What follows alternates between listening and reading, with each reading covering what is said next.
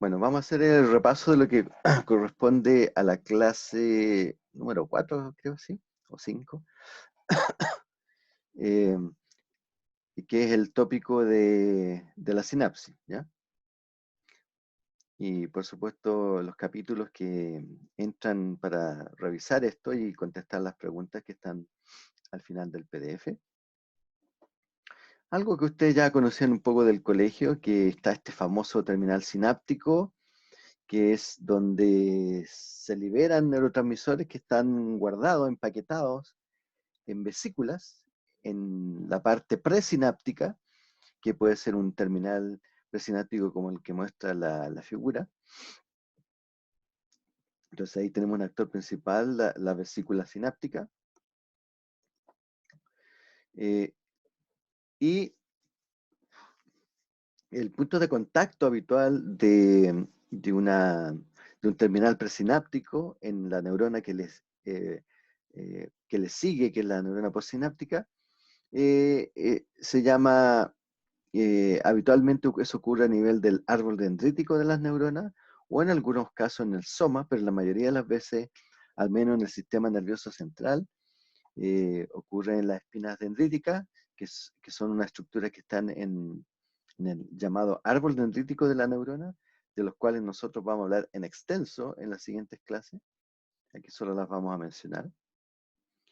Y existe una región que está habitada por los receptores de los neurotransmisores, que algunos son de tipo canal iónico y otros son de tipo metabotrópico. Ya vamos a hablar de esa diferencia. Eh, entonces, los eventos que hay en la llamada transmisión sináptica son la liberación de neurotransmisor. Vamos a sacar esta ventana de aquí que me molesta. Ya. Eh,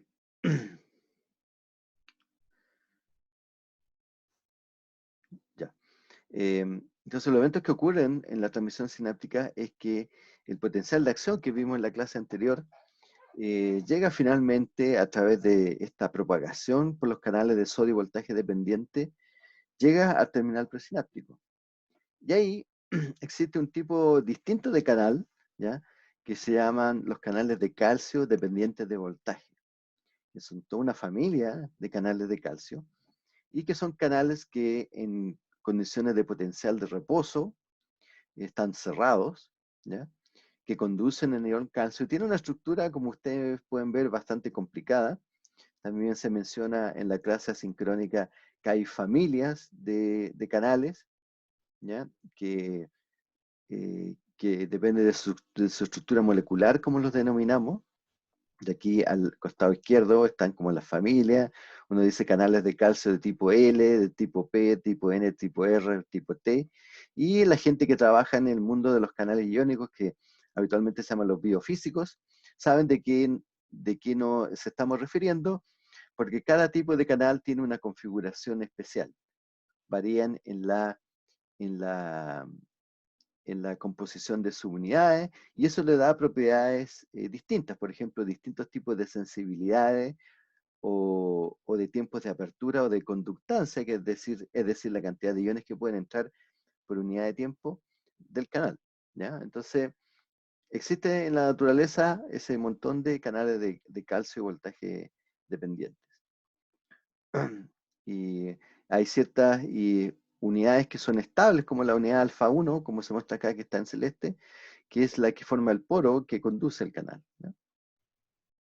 Y hay otras que obviamente, como el segmento, dice aquí el segmento C4, es lo que se llama el sensor de voltaje, es decir, son los series de aminoácidos que cuando cambia la configuración de cargas alrededor, ellos cambian de forma, ¿ya? Y generan la apertura del canal. Y el efecto que tiene en términos de lo que es la transmisión sináptica es que el calcio promueve la formación, digamos, la fusión de las vesículas a la membrana plasmática. Y como dije en la clase, esta es como la versión como simple, pero en la vida real, como suele pasar en la vida del científico, las cosas son un poco más complicadas. Lo que tenemos desde el punto de vista molecular es que hay una especie como de tráfico o reciclaje de vesículas ocurriendo en el terminal presináptico, ¿ya? Hay distintos mecanismos. eh, y también hay acá un reciclaje de los neurotransmisores, ¿ya? Eh, Habitualmente en el colegio lo que se pasa como sinapsis es, por ejemplo, la sinapsis motora, ¿ya? Es decir, las motoneuronas que inervan el músculo esquelético eh, que liberan acetilcolina, ¿ya? Y uno aprende así como casi religiosamente de que existe una enzima extracelular que se llama la acetilcolinesterasa que degrada el neurotransmisor. Ok, ese es uno de los mecanismos fuera del sistema nervioso central. Pero el sistema nervioso central es más ecológico, ¿ya? Y le gusta mucho esto del reciclaje. Entonces, muchos de los neurotransmisores que hay en el sistema nervioso central, por ejemplo, son reciclados. Es decir, existe un transportador que captura el, el neurotransmisor y lo mete hacia adentro de la terminal presináptico. Y ustedes pensaron, bueno, queda ahí flotando en el terminal presináptico, sí, eso es cierto, pero a su vez, en la vesícula existen transportadores que meten ese neurotransmisor que está dando vuelta en el terminal presináptico, lo meten de vuelta a una vesícula que esté vacía, ¿ya? Entonces, hay un reciclaje de neurotransmisores. Y vimos también que hay una configuración espacial muy estricta respecto a dónde están los canales de calcio dependientes de voltaje. Entonces, esta es una microscopía electrónica de un terminal presináptico en que se ven, eh, a ver, esto sería lateral, lo que tenemos en la parte de arriba, donde se ven las vesículas, pero si lo vemos como de arriba, ¿ya? Esta misma foto vista de arriba se vería así como un entramado que hay aquí, y las vesículas muy próximas, y ese entramado corresponde a este modelo que hay aquí, ¿ya? Que donde están los canales de calcio por aquí, mostrados como en verdecito aquí al fondo, muy cercanos el uno del otro. Y las vesículas y todo su mecanismo por el cual se liberan y se fusionan y se liberan el neurotransmisor, todo hay un mecanismo que está muy cercano en la membrana presináptica. Y vimos que no todas las vesículas son iguales, y hay poblaciones de vesículas, y aparentemente en, en la naturaleza hay como tipos de reciclaje, perdón, de liberación o de organización de neurotransmisores eh, que son que son preferentes para un tipo de organismo, no. O sea, no es un mecanismo universal para la liberación de neurotransmisores en todos los organismos, sino que hay variaciones, ¿ya? Entonces, dentro de todos estos mecanismos, tal vez el que más se parezca al de nosotros sería, por ejemplo, el que sale acá abajo, que es el hipocampo de rata, que muestra aquí cómo están organizados las vesículas en el sistema nervioso de rata, particularmente en una estructura que se llama hipocampo. ¿Ya? Entonces, la situación es mucho más rica de lo que uno pensaba. Sabemos mucho más detalles de cómo ocurre esto, del reciclaje de neurotransmisores. Sabemos que hay algunas enfermedades que afectan eso. El empaquetamiento de vesículas, por ejemplo. Perdón, el empaquetamiento de neurotransmisores en vesículas. Entonces se sabe bastantes detalles hoy por hoy, ¿ya? En lo que sería la neurociencia del año 2020. Y algo interesante para nosotros es que existe una relación entre la liberación del neurotransmisor y la actividad presináptica, ¿ya? Y se puede resumir en esas dos sentencias que están aquí. Mientras más potenciales de acción existan en el terminal presináptico, mayor depolarización van a sentir los canales de calcio, van a dejar entrar más calcio y se va a producir mayor liberación de neurotransmisor. ¿Ya? Puede ser tanto así, si es una liberación muy constante de esto, que se empiezan a agotar el neurotransmisor, y eso pasa. ¿Ya? Y de la misma manera, si tengo poca actividad presináptica, tengo menor liberación de neurotransmisor. ¿Ya? Entonces, si queremos alguna regla general para liberación de neurotransmisor, es que la liberación depende de la actividad presináptica. Mayores potenciales de acción estén llegando al potencial, perdón, al terminal presináptico, mayor liberación de neurotransmisor.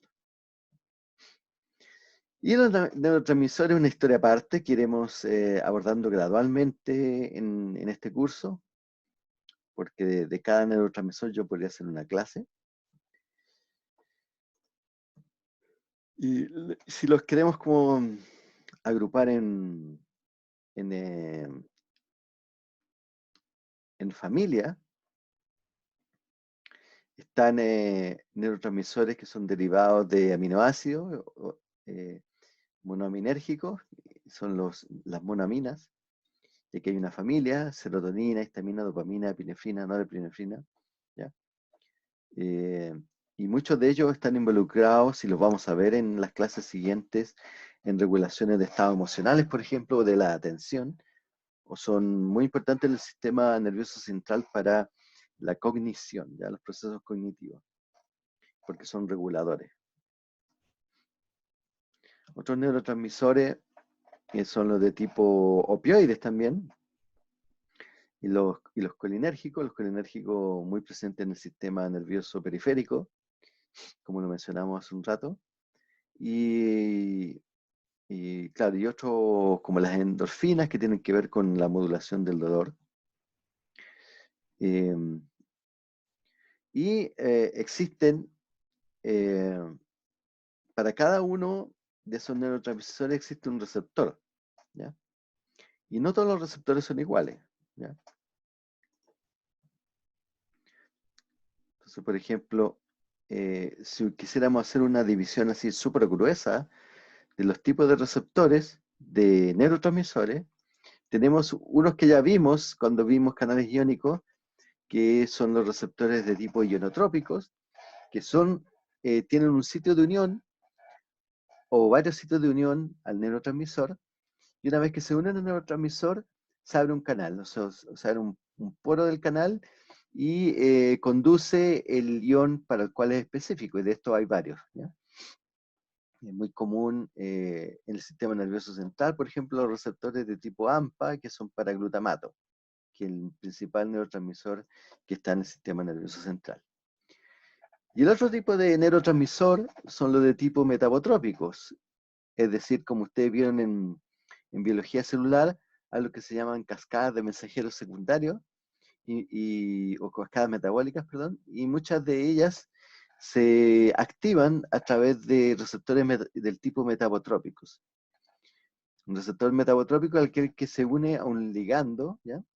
En este caso, como está hablando de neurotransmisores, se une a un neurotransmisor y genera una activación de proteínas de tipo G, del cual hay como 15 familias, ¿ya? Y eso va a activar, por ejemplo, alguna señal intracelular, o puede, en este caso, como está mostrando esta figura, activar, por ejemplo, otro canal, ¿ya? Hay canales, por ejemplo, ionotrópicos activados por proteína G.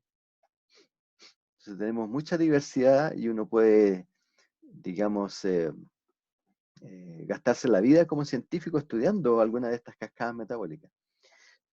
Entonces, el nombre, por ejemplo, que se utiliza en literatura es cascada de señalización, o signaling cascade en inglés, que significa que la activación de este neurotransmisor activa una proteína G y puede modular una enzima, la que a su vez puede modular otras enzimas, por ejemplo, del tipo quinasa, que va a fosforilar a algún sustrato, como muestra la figura, ¿ya? Y esos son mecanismos más o menos eh, conocidos, digamos, al interior de la célula, Entonces los receptores de neurotransmisores pueden tener esas dos maneras de actuar. También se ve en esa clase que la glía juega un papel fundamental en lo que llamamos el reciclaje de neurotransmisores. ¿Por qué? Y esto se ha descubierto relativamente hace pocos años, que es que, por ejemplo, el sistema nervioso central, que el principal neurotransmisor, como está mostrado aquí en la figura, es el glutamato, parte eh, del, del neurotransmisor es recapturado hacia el terminal presináptico a través de un transportador. Ahí está el transportador de glutamato que se llama EAAT5, por ejemplo. Parte de eso eh, es recapturado acá. Aquí está, por ejemplo, lo que decía hace un rato, pero que no había mostrado en la figura. Aquí hay una vesícula, ¿ya? Y hay un transporte de glutamato hacia el interior de la vesícula, y fíjense que lo que hace es utilizar el gradiente de protones, es decir, de hidrógenos que salen de esta vesícula, cuyo gradiente está generado por una ATPasa de protones, es decir, una bomba que mete protones al interior de la vesícula y consume ATP, como muestra aquí la figura. Entonces es un mecanismo posible por el cual se incorpora neurotransmisor a la vesícula presináptica.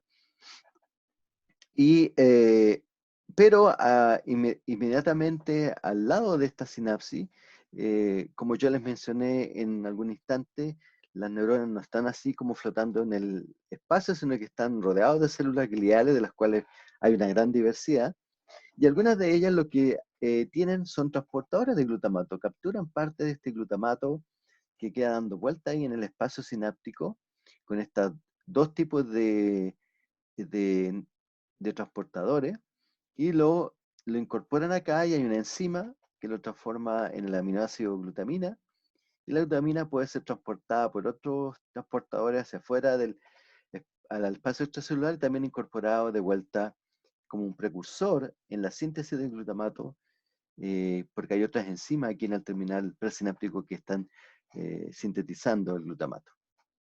¿Ya? Entonces, como dije hace unos minutos, esta historia del sistema nervioso central es que le gusta mucho esto del reciclaje, ¿ya? Entonces hay un constante reciclaje de neurotransmisores de estos tipos. Y como ustedes se pueden imaginar, para cada tipo de sinapsis en particular hay un neurotransmisor, hay un tipo de transportador específico o una familia de transportadores, como en el caso aquí del glutamato. Y los iremos mencionando en la medida que transcurre el curso, cuando los vayamos necesitando. ¿Ya? Y ese es como el repaso en como 15 minutos prácticamente de lo que corresponde a la clase mucho más desarrollada que está asincrónica disponible en el sitio web. ¿Ya? Entonces nos quedan unos minutillos para responder algunas preguntas antes de pasar a la fase de grupos, como dice el fútbol, es decir, a la fase de hacer la prueba grupal. ¿Ya? ¿Alguna pregunta?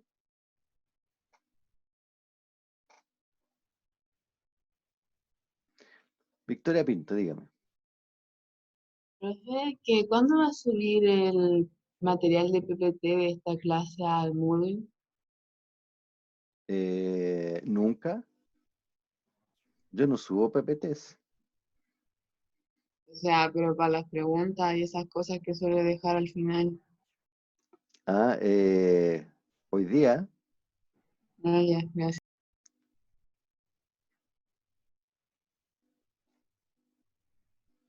Nayaret, dígame. Profe, una consulta. En estos tiempos que quedan entre la prueba y lo que termina la clase, ¿podríamos revisar los cuestionarios entre todos? Si es que a lo mejor lo abordamos bien todos, o si es tan malo lo que tenemos, o si usted nos puede como ir guiando las respuestas. ¿A cuál cuestionario se refiere? A todos, de ahora en adelante, no sé. Bueno, pero podemos ordenarnos. Por ejemplo, yo siempre he estado abierto a responder las preguntas que aparecen al final del PDF que bajan de cada clase. Ya eso estoy disponible aquí tanto virtualmente en videoconferencia como a través del foro. Ahora, eh, sí me parece interesante revisar, por ejemplo, la prueba que rindieron, pero después de que la rindieron, en la próxima sesión. Si no, no tiene sentido para que hacen pruebas y se autoevalúan de su conocimiento, sino queda como un ejercicio de dar la prueba sin ningún propósito. El propósito es que ustedes se pongan a prueba ustedes mismos para ver qué tanto saben, ¿ya? Y para eso hay que estudiar. Catherine, dígame. Hola, profe. Hola. Mire, más que nada como comentarles que igual estaba hablando con algunos compañeros y la mayoría encontramos como muy difícil al menos este control. Por ejemplo, yo estudié mucho, mucho y la verdad es que no puedo contestar ni una correctamente. Y hablé con hartas personas como de la carrera y varios encontramos igual difícil el tema, igual es preocupante. Bueno, por supuesto. Entonces, ¿cómo sabe uno que está preparado para abordar los tópicos de esta prueba? Uno no sabe habitualmente hasta que se pone a prueba uno mismo si es capaz de entenderlo. Y la manera y lo fundamental de estas pruebas semanales, pero ni siquiera semanales, diarias, de las clases, es que ustedes sepan si tienen el manejo del contenido y de las habilidades que necesitan desarrollar. Y si ustedes detectan que no tienen ese manejo, no den la prueba por pasada y retomémoslo en una próxima sesión de videoconferencia. El tema está en que yo no puedo saber qué tan difícil es para ustedes si no me dicen qué tan difícil es. ¿Ya? La cosa más bien funciona al revés. ¿Ya? Ustedes se ponen a prueba ustedes mismos con esta prueba diaria y dicen, esto no lo conozco. Entonces, y lo pueden preguntar a través del foro, que sería mucho mejor porque así tenemos tiempo de revisarlo, o aquí en la clase, porque yo siempre doy unos minutos al principio de aclarar dudas, ¿ya? Sí, pero más que nada como lo que decía mi compañera, por ejemplo, me gustaría tener una retroalimentación de este control porque, o Sí, sea, es pero como que no hubiera aprendido nada sí, del tema. por supuesto, después de que terminen de hacer el control. O sea, claro, porque ahora tenemos otro control. Sí. Pero para la próxima clase, por ejemplo, al comenzar o algo así. Bueno, si están todos de acuerdo, podemos hacerlo así como yo revisé al principio las preguntas que dieron en el foro, puedo revisar la prueba, no hay ningún problema, no va a tomar mucho tiempo. Si quieren hacerlo así, si quieren ocupar el limitado tiempo. Pero es mejor que lo hagan, recuerden, no sé si se han dado cuenta, recuerden que las preguntas están visibles para ver cuál es la respuesta correcta inmediatamente después de que termine el tiempo limitado, es decir, las 9:35 creo que. Aldo Celada tiene una pregunta. Hola, profe, buenos días. Quería hacerle una consulta.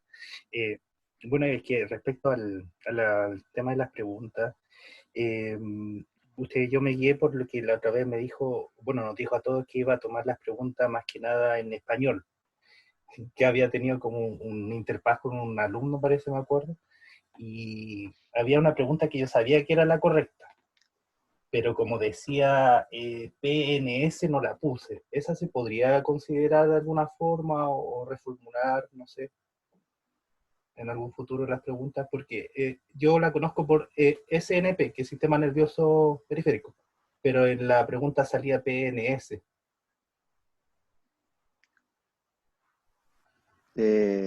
Interesante, no sé. Sí, Voy a más que nada, revisar. ya, vale, profe. Ya. Entonces, ¿ha terminado el tiempo de esta clase? y es hora de que esté activo la prueba, perdón, no es hora que esté activo, voy a activar la prueba para que la rindan en grupos, ¿ya? Y obviamente me voy a quedar aquí conectado, porque seguramente no todos se van a ir en grupos, como siempre pasa. Así que por favor busquen por ahí el email que el profe mandó a los grupos, para que recuerden en qué grupo están, ¿ya? Mario, ¿tenía alguna pregunta? Sí, buenos días. Buenos Lo que pasa, días. profesor, es que, sinceramente, em, lo que creo que a todos les está llamando la atención, creo que usted ha logrado que los compañeros estén estudiando, yo creo que es el objetivo fundamental del curso. Sin embargo, creo que cuando uno, por ejemplo, hace un cuestionario, uno busca que, o por ejemplo, uno se está preparando clase a clase, lo que uno busca realmente es la retroalimentación a la hora de poder recibir la evaluación. ¿Qué quiere decir esto? Que cuando yo rindo la prueba, espero que los contenidos que estoy revisando en la prueba o estoy reforzando en la prueba para poder autoevaluarme, como bien estaba diciendo usted, es justamente que al menos se asemeje a lo que yo estoy o a lo que estoy apuntando, lo que estoy reforzando. Por ejemplo, si el cuestionario me guía hacia ciertas áreas del libro, hacia ciertas áreas de estudio, yo refuerzo eso. Entonces, si después o posteriormente, o al menos es mi percepción, no sé si estaré equivocado, pero en las pruebas no se ve que reflejado ningún aspecto de los cuestionarios que estamos haciendo después de las clases al menos, y después de que se repiten las clases una, dos o hasta tres veces. Sí, ahí aborda mi pregunta, ¿qué vamos a estar evaluando realmente? ¿Solo estudio personal a través de los capítulos del libro? ¿O realmente vamos a atacar las preguntas de la prueba a través de los cuestionarios que estamos haciendo? Porque realmente las preguntas que fueron abordadas a través del foro y todo lo que se planteó previamente, si somos sinceros y hacemos una encuesta con todos los compañeros, creo que no apareció ninguna pregunta de cuestionario. Y esa es la duda y eso es lo que me asalta realmente. ¿Qué sucede con eso? ¿Cómo lo vamos a estar evaluando? Bueno, como dijo su compañera, o no, compañera hace un rato, sería bueno tener una sesión para retroalimentar esas dudas.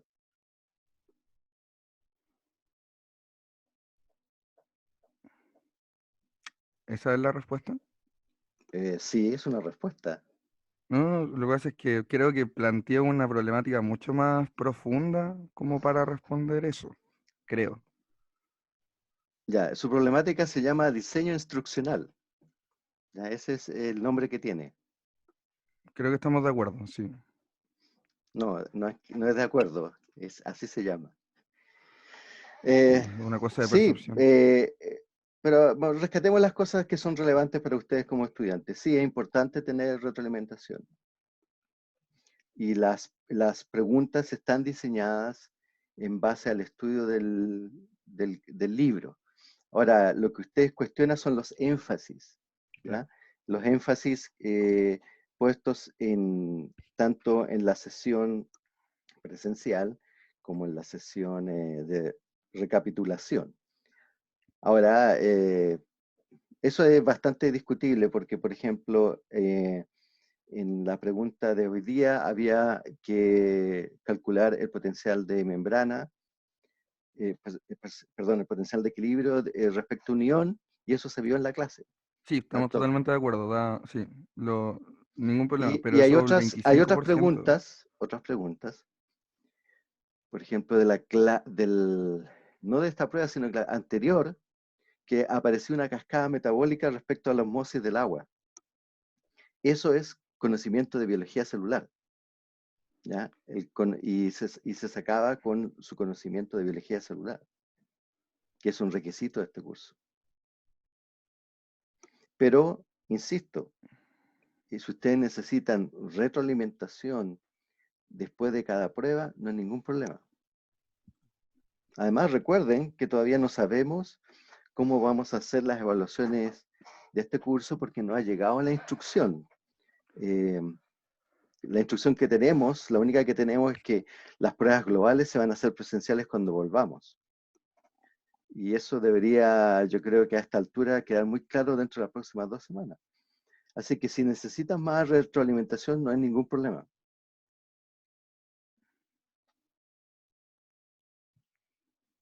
¿Alguna otra pregunta?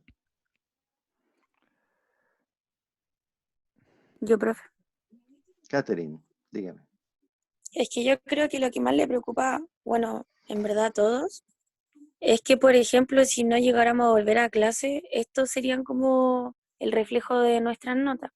Y, por ejemplo, hay muchos que tienen problemas de conexión y ya como que les ha ido mal, por decirlo, aunque esas notas se van a borrar, pero ya como que perdieron esa ventaja por no poder conectarse.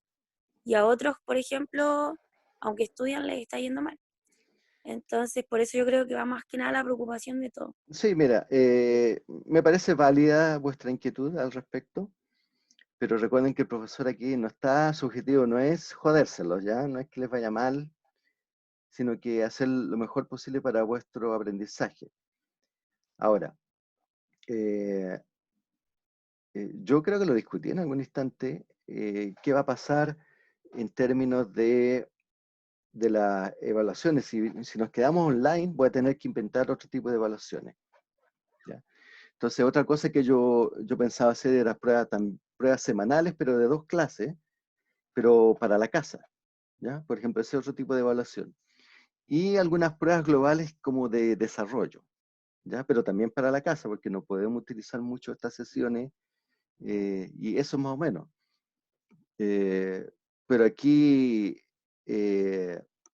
más allá de ver las notas, eh, yo, y yo comparto eso con ustedes, que si no tengo planteadas estas inquietudes públicamente a través del foro, por ejemplo, no puedo saber qué cosa tengo que retroalimentar, ¿ya?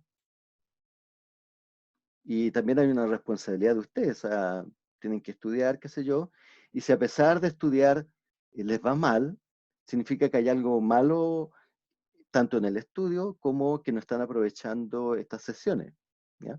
Entonces, la utilidad que tienen estas pruebas diarias es que ustedes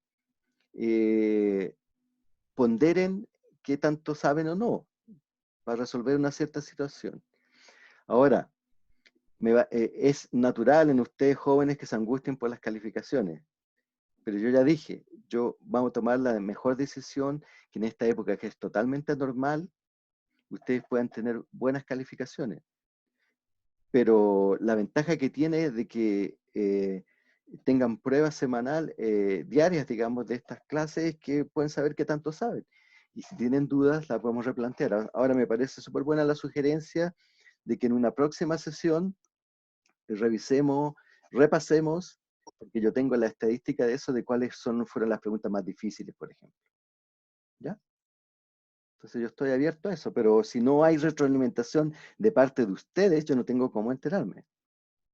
Porque yo veo 7 y digo, voy bien, veo malas notas, bueno, en la próxima le irá mejor. Pero si no sean un poquito más activos aprovechando esta plataforma, ¿ya? Catherine, ¿alguna pregunta? Sí, profe. Lo que pasa es que, por lo que me di cuenta, como que este control estuvo enfocado a todo lo que era potencial de membrana. Entonces mi duda era si el siguiente control iba a estar enfocado en lo que es potencial de acción y canales iónicos, ¿cierto? ¿O estoy mal? Y además de eso, Está en lo correcto. sinapsis, ¿o no? No, pues sí, hoy recién es el repaso de la clase asincrónica de sinapsis. Ah, es que lo que pasa es que como en el video usted tuvo que cortar la clase, eso es lo que no entendía, porque como que era una clase completa que se dividió en dos. Eso era como mi duda. Ya, no, Catherine. Ah, ya. Gracias, profe. Ya, ya nos pasamos del tiempo del curso, así que el profesor tiene que ir a la prueba, resetearla, ponerle otra hora, porque si no se les va a cerrar. Ya, vamos a hacer eso mientras tengo que ponerle otra hora.